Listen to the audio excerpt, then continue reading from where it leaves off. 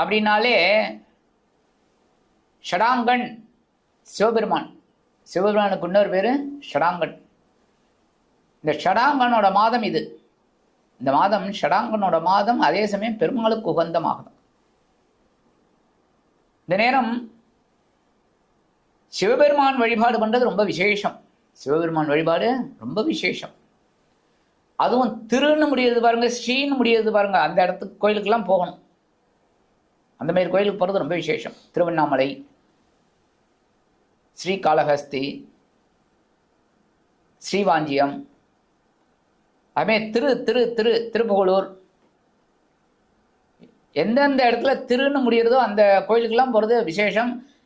அப்படி இல்லை அப்படின்னா கண்டிப்பாக சிவபெருமான் கோயிலுக்கு போயிட்டு வாங்க. 17ஆம் தேதி காலையில் 6லிருந்து 7 புதஹோரை, காலையில் 6லிருந்து 7